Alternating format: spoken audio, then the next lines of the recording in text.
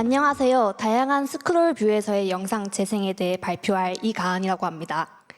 우선 저에 대해서 간단하게 소개드리자면 저는 라테앤드 파트너즈 신규 사업팀에서 일하고 있고 새로운 피처에 대한 기능 개발을 주로 맡고 있습니다. 그리고 이번 시간에는 제가 기능을 개발하면서 겪었던 다양한 이슈들을 어떻게 해결했는지에 대해서 발표하도록 하겠습니다. 아마 제목 때문에 많은 분들이 미디어3 라이브러리를 사용하는 방법이라든지 아니면 영상 자체에 대한 지식에 대한 발표라고 생각할 수 있는데요. 하지만 저는 이런 부분보다는 영상 스크롤을 개발하면서 마주했던 이슈들을 어떻게 해결했는지에 대한 기초적인 접근들을 말해볼 예정입니다. 우선 발표하기 앞서서 해당 영상을 보겠습니다. 약간 스크롤이 버벅이지 않나요? 그리고 이 마지막 영상을 보시면은 이전 프레임이 남아서 영상이 좀 겹쳐 보이는 이슈가 있습니다. 이걸 영상 잔상 때문에 그러는 건데요. 이렇게 개발자가 상태 관리를 하지 않은 상태에서 맨 땅에서 영상 스크롤 로직을 구현하게 되면 다음과 같은 문제들을 마주할 수 있습니다. 아까 영상에서 봤듯이 영상 잔상 이슈가 있고 또 스크롤이 버벅이면서 화면을 벗어나도 영상이 계속 재생되는 문제가 있습니다. 또 영상에는 없지만 OM으로 인한 앱 다운 이슈도 있습니다. 그럼 이 문제들을 어떻게 해결해야 될까요? 그래서 이번 발표에서는 이 문제들을 해결하기 위해 어떻게 접근해야 되는지에 대해서 말하고자 합니다. 이런 영상 스크롤 로직에서 발생하는 이슈들을 어떤 관점에서 바라보고 또 어떻게 해결했는지 차근차근 알아가도록 하겠습니다. 순서대로 어떻게 영상을 렌더링하는지, 영상 스크롤 성능을 향상시키기 위해서 어떤 디자인 패턴을 적용할 수 있는지, 마지막으로 어떻게 영상 재생을 컨트롤하는지에 대해서 설명하도록 하겠습니다. 우선 첫 번째로는 영상 렌더링 방법에 대해서 설명하도록 하겠습니다. 먼저 안드로이드 UI 렌더링 프로세스를 먼저 살펴보도록 하겠는데요. 안드로이드 앱의 UI 프레임워크는 뷰를 최상위로 하는 계층 구조를 기반으로 합니다. 안드로이드 UI 렌더링 프로세스는 다음과 같습니다. 우선 매저와 그리고 레이아웃 작업으로 화면상의 UI 요소들이 들어갈 정확한 위치와 크기를 결정합니다. 이후 각 UI 요소를 실제로 화면에 표시하기 위한 렌더링 단계가 필요합니다. 이때 화면에 바로 그리지 않고 메모리 내의 임시 영역에 먼저 그리게 됩니다. 이 임시 영역을 바로 버퍼라고 하는데요. 이 버퍼는 주로 그래픽 프레임 버퍼 형태로 관리되면서 최종적으로 서페이스에 렌더링될 그래픽 데이터를 임시로 보관하는 역할을 합니다. 준비된 버퍼가 완성되면 안드로이드 시스템이 이걸 화면에 전송해서 실제로 화면에 보여지게 됩니다. 그리고 앱의 UI 스레드는 매 프레임마다 버퍼 레이아웃 그리고 렌더링 작업을 반복적으로 수행합니다. 저희는 이 중에서도 외부 그래픽을 버퍼링하는 단계인 이 버퍼 단계를 좀 더 집중적으로 살펴보도록 하겠습니다. 비디오와 같은 외부 그래픽을 렌더링하려면 매초 30장에서 60장의 프레임을 디코딩해야 합니다. 이 과정을 거친 후에 매번 서페이스에 그리고 업데이트하는 작업을 수행해야 합니다. 그렇기 때문에 이 모든 작업을 UI 스레드에서 진행하게 되면 과부하가 걸릴 수 있습니다. 그래서 이런 현상을 방지하기 위해 안드로이드 프레임워크에서는 두 가지 UI 컴포넌트를 제공하고 있습니다. 첫 번째로는 서페이스 뷰가 있습니다.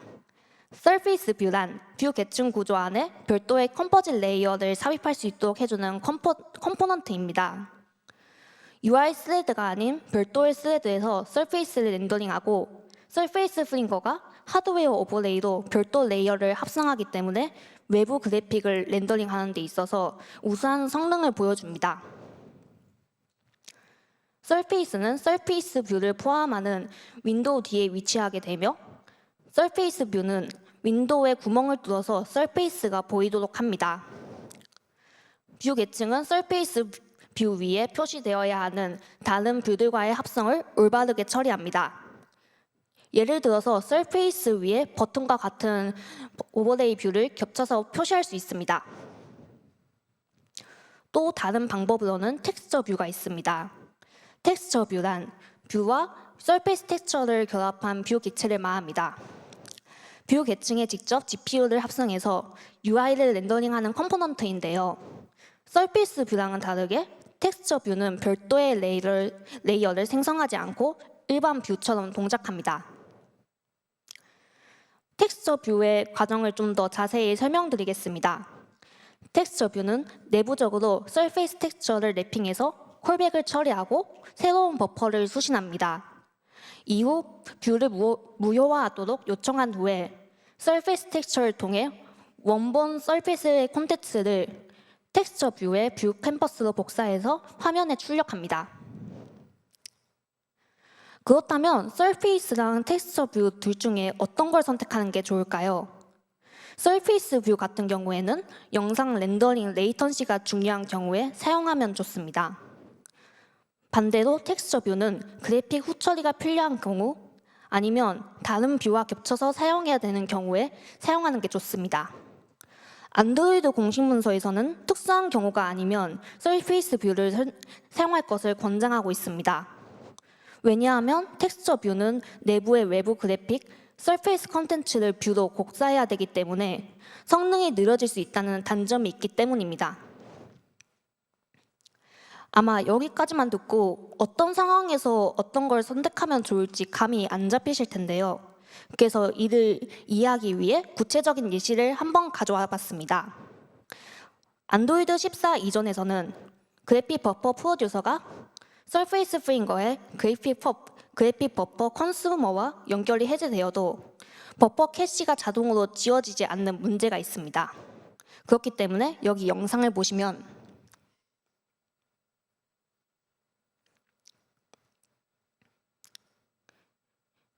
이전 영상에 버퍼 프레임이 남아있기 때문에 이렇게 영상이 겹쳐 보이는 것 같은 이슈가 발생합니다. 하지만 안드로이드 14 이후에서는 컴포저 HL 3.2 기능이 적용되었기 때문에 프로듀서와 컨슈머의 연결이 끊기는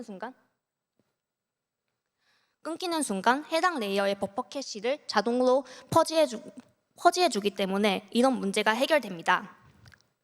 그렇기 때문에 안드로이드 14 이전을 타겟으로 잡는다면 영상 스크롤 뷰를 구현할 때 텍스처 뷰를 사용하는 게 좋습니다.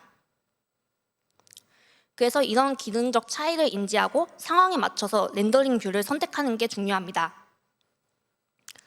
두 번째로는 디자인 패턴을 고려하는 방법이 있습니다. 제팩 미디어 3에서는 UI 재생, 미디어 세션 등 다양한 기능을 제공해주고 있지만 네트워크나 메모리 관리 같은 부분은 여전히 개발자가 직접 해야 하는 숙제로 남아 있습니다. 영상을 렌더링하고 재생하는 로직은 메모리를 많이 잡아먹는 무거운 태스크이기 때문에 한정된 메모리 자원 안에서 OOM과 같은 이슈를 해결해야 됩니다. 그럼 어떤 이슈들이 있는지 한번 살펴보도록 하겠습니다. 발표 초반에서도 말씀드렸다시피 아무것도 관리하지 않은 상태에서 영상 스크롤을 구현하게 되면은 OM으로 인한 앱다운 이슈가 있고 그리고 과도한 메모리 사용으로 인해서 스크롤 버벅임이 있다고 말씀드렸습니다. 그리고 이 문제를 해결하려면 메모리와 인스턴스를 효율적으로 관리해야 됩니다. 그렇다면 이 문제를 어떻게 해결할 수 있을까요? 이런 메모리와 인스턴스 관리 문제를 해결하기 위해서는 크게 두 가지 패턴을 고려할 수 있습니다. 첫 번째로는 싱글톤 패턴이 있습니다. 싱글톤 패턴은 다들 많이 익숙하실 텐데요. 하나의 인스턴스에 대해서 전력적으로 접근할 수 있도록 지원해주는 디자인 패턴을 말합니다. 참고로 안드로이드 힐트 라이브러리를 통해서 객체의 스코프를 싱글톤으로 설정하고 인스턴스를 관리할 수 있습니다. 그리고 두 번째로는 객체 풀 패턴이 있습니다.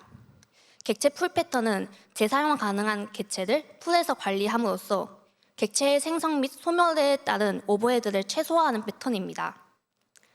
이렇게 싱글톤 패턴과 객체 풀 패턴 두 개를 조합해서 엑소 플레이어 객체를 전력적으로 관리할 수 있습니다. 스크롤 뷰에서는 하나의 UI 스레드에서 여러 엑소 플레이어 객체를 생성해야 됩니다. 다만 엑소 플레이어는 무거운 객체이기 때문에 빠르게 스크롤하면 객체가 빈번하게 생성되고 해제되면서 성능에 부담을 줄 수 있습니다. 유저가 빠르게 스크롤하면 그만큼 객체가 많이 생성되기 때문에 이를 효율적으로 관리해야 됩니다. 하지만 싱글톤 패턴과 객체 풀 패턴을 적용하면 중복된 엑소 플레이어 객체 생성을 방지하고 메모리 부하를 줄이며 효율적으로 자원을 관리할 수 있습니다. 그리고 이쯤에서 다들 눈치채셨을지 모르겠지만 로직이 뭔가 익숙하지 않나요? 바로 리사이클 러비와 유사한 패턴입니다. 아니면 스레드풀을 떠올리는 분도 있을 수 있습니다. 이처럼 주변에서 흔히 볼 수 있는 기능에서 로직의 일부를 차용하고 적용해서 문제를 해결할 수 있습니다. 그 다음 코드로 한번 살펴보도록 하겠습니다. 우선 최대 엑소 플레이어의 객체 개수를 먼저 정합니다. 디자인과 로직 상황에 맞춰서 자유롭게 설정하면 되며 저 같은 경우에는 화면에 보이는 최대 아이템의 개수에서 추가로 몇 개의 버퍼를 더하는 방식으로 정했습니다. 그 다음으로는 엑소 플레이어 객체를 관리할 비디오 풀을 만듭니다. 이때 링크드 해시 맵을 사용하면 가장 오래된 엑소 플레이어 객체를 찾고 삭제할 수 있기 때문에 링크드 해시 맵을 이용해서 풀을 관리하도록 했습니다. 그 다음으로는 풀을 이용해서 객체를 재사용하는 로직을 한번 살펴보도록 하겠습니다. 우선 풀에서 재사용 가능한 엑소 플레이어 객체가 있는지를 확인합니다. 이때 is command available 메서드를 활용해서 엑소 플레이어의 서페이스 설정할 수 있는지 여부를 확인해 재사용 가능한지 여부를 확인할 수 있습니다. 만약 풀에서 재사용 가능한 엑소 플레이어 객체가 있다면 해당 엑소 플레이어 객체를 이용해서 뷰를 렌더링합니다. 재사용 가능한 객체가 없다면 객체를 새로 생성해서 풀에서 관리하도록 설정합니다. 그 다음으로 캐싱 관리 측면에서 말해볼 텐데요. 저 잠시만 물 좀 마시고 시작하겠습니다.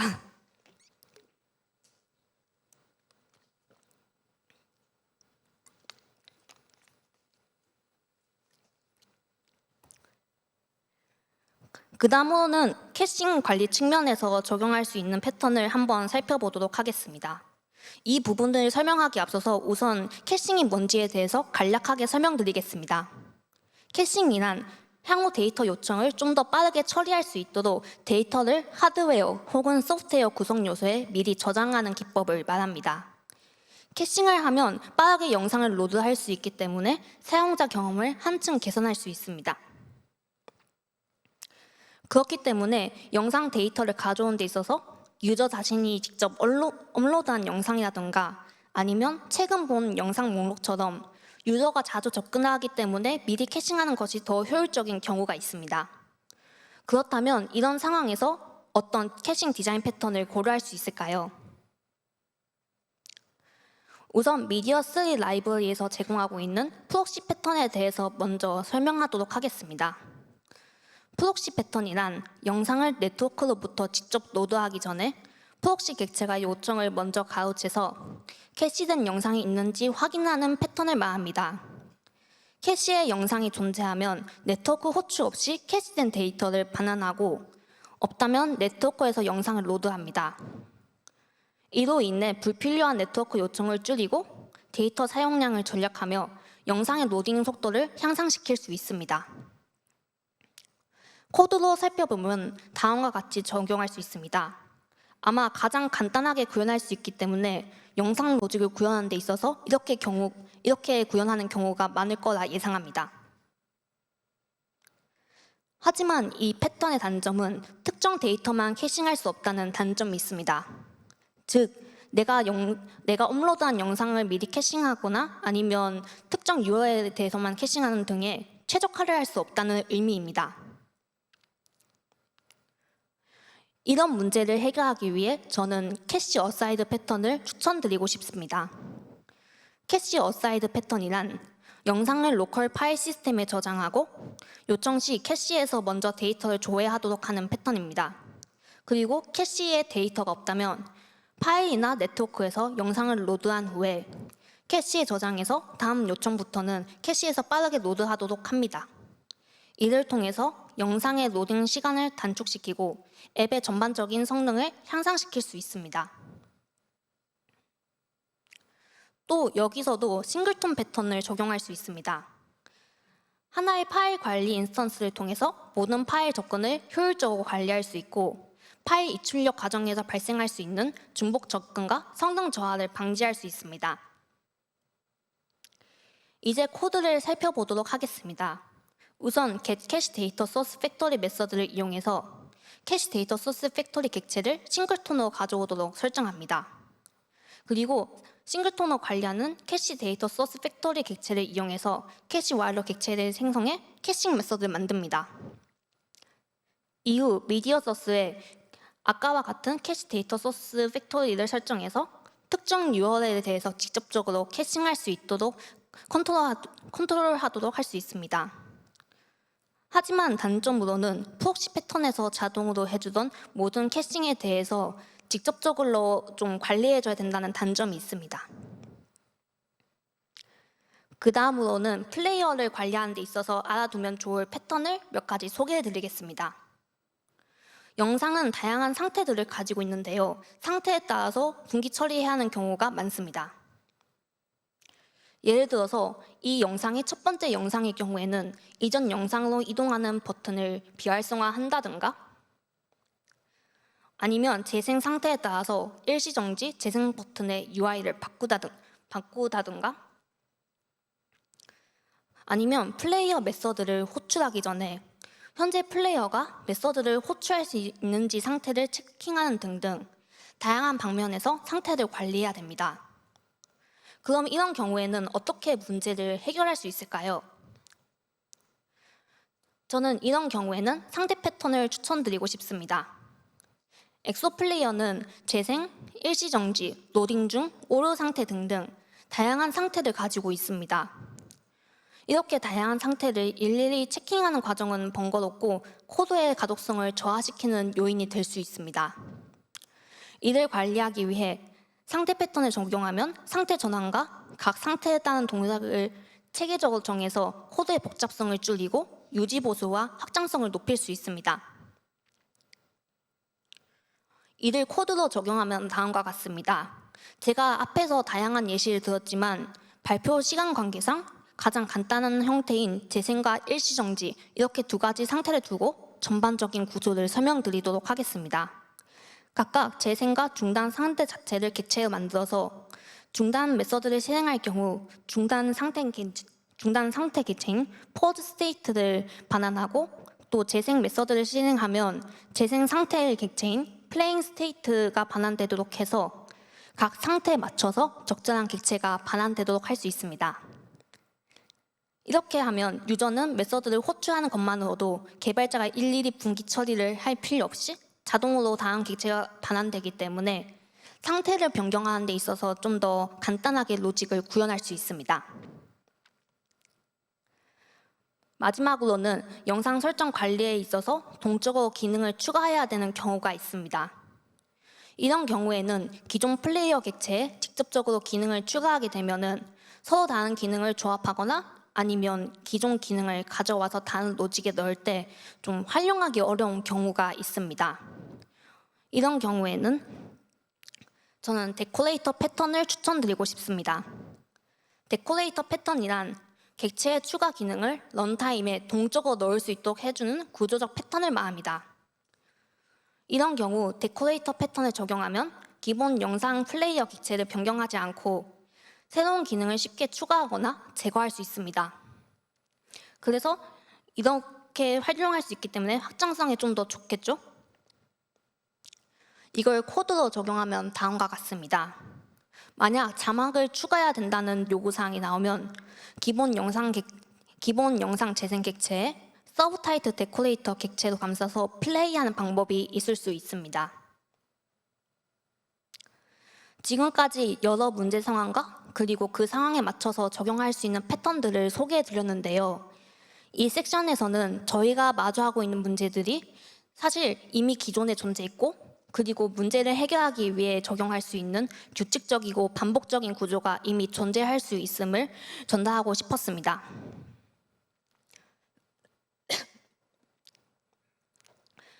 이제 마지막으로 상황에 맞춰서 영상이 화면에서 벗어날 경우 어떻게 재생을 컨트롤할 수 있을지에 대해서 설명하도록 하겠습니다.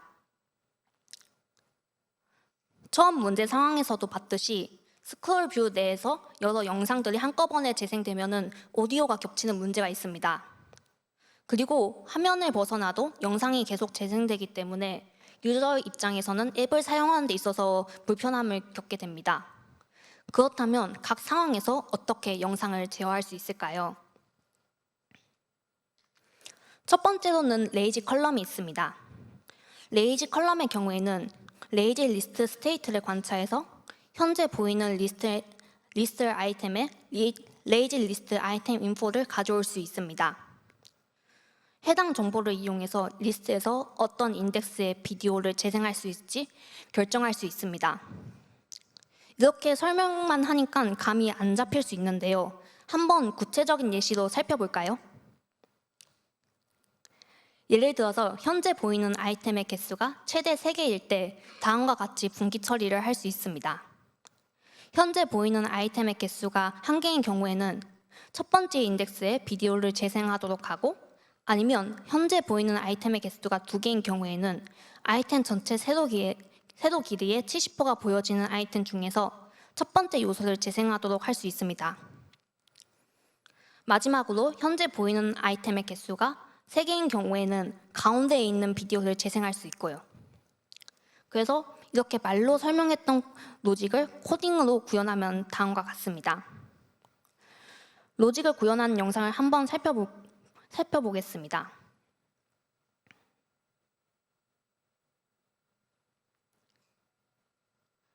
아까 처음 영상과는 달리 적절한 상황에 맞춰서 자동으로 재생되기 때문에 앱 사용성이 좀 더 좋아 보이지 않나요? 그리고 리사이클 러브에서도 동일한 로직을 적용해야 된다면 레이아웃 매니저에 Find First Visible Item Position과 그리고 Find Last Visible Item Position을 이용해서 로직을 구현할 수 있습니다. 로직을 구현한 코드는 다음과 같습니다. 이제 그 다음으로 호리존털 페이저에 대해서 설명하겠습니다. 호리존털 페이저 같은 경우에는 커런트 페이지의 변경 여부를 관찰해서 로직이 변경될 때마다 영상을 제어할 수 있습니다. 코드로 보면은 다음과 같습니다. 우선 현재 페이지의 비디오는 재생하고 이전 페이지와 이후 페이지의 영상은 모두 중단하는 방식으로 구현했습니다. 이때 이전 페이지와 이후 페이지 둘 다 중단하도록 한 이유는 양옆으로 스와이프할 수 있기 때문에 이전 페이지로 스와이프하는 경우에 대비해서 둘 다 로직을 구현했습니다. 마지막으로 디바이스의 화면을 넘어가는 긴 컴포저블에 대해서 설명하도록 하겠습니다. 디바이스 화면을 넘어가는 컴포저블 내부에 특정 컴포넌트만 비디오일 경우에는 스크롤함에 따라서 비디오 컴포넌트가 보일 경우에는 영상이 재생되고 화면에서 사라질 경우에는 영상 재생이 중단되어야 합니다. 즉, 현재 컴포넌트가 화면에 보이는지 여부에 따라서 영상 재생 로직을 구현해야 됩니다. 이걸 코드로 한번 살펴보면 다음과 같습니다. 우선 디바이스 전체의 화면에 해상도를 가져옵니다. 이후 컴포저블이 실제 레이아웃에 배치된 이후의 위치 정보를 제공해주는 콜백인 on globally positioned 메서드 내부에서 비디오 컴포넌트의 화면상의 위치 정보를 가져옵니다. 이때 비디오 컴포넌트의 위치를 가져올 때 bounds in root 메서드를 활용할 수 있습니다. bounds in root는 최상위 레이아웃을 기준으로 한 특정 컴포넌트의 위치를 가져올 때 사용하는 메서드입니다. 이후 오버랩 메서드를 활용해서 화면상의 컴포넌트 위치와 그리고 전체 화면의 위치가 겹치는지 여부를 확인할 수 있습니다. 오버랩 메서드의 반환값인 is currently visible 변수를 이용해서 비디오 컴포넌트가 화면에 보이는지 여부를 확인할 수 있고 이를 통해서 영상을 재생할지 여부를 확인할 수 있습니다. 이걸 구현한 영상은 다음과 같습니다. 화면에서 벗어나면 영상이 중단되고 또 다시 나타나면 영상이 재개됩니다. 이렇게 해서 지금까지 뷰 렌더링, 디자인 패턴, 또 각 상황에 맞춰서 영상을 컨트롤하는 방법을 알아봤습니다. 사실 지금까지의 내용들이 전부 기초가 아닌가라는 생각이 들 수 있습니다. 하지만 문제가 발생하면 기초부터 시작해서 차근차근 해결하는 게 중요하다는 것을 말하고 싶었습니다. UI 렌더링 방법부터 시작해서 책으로 많이 봤던 디자인 패턴들까지 모두 기초를 알아야 문제를 제대로 해결할 수 있습니다. 그리고 또한 우선 지금 내가 처한 상황이 어떤지를 판단하고 현재 상황에 맞춰서 여러 방안들 중에서 최선 방안을 선택하는 것도 중요하다는 점을 전달하고 싶었습니다. 사실 앞에서 말했던 짓들이 모두 주어진 요구사항에 따라서 다르게 적용해야 될 수도 있고 애초에 적용할 수도 없을 수 있습니다. 그렇기 때문에 하나의 정형화된 정답이 없으며 기존의 해결 방법들을 활용해서 본인이 처한 상황에 맞춰서 적용하는 게 중요합니다. 다음 레퍼런스들을 참고해서 발표 자료를 만들었습니다. 이렇게 해서 영상 스크롤을 주제로 제가 준비한 내용들은 모두 마무리가 되었습니다. 감사합니다.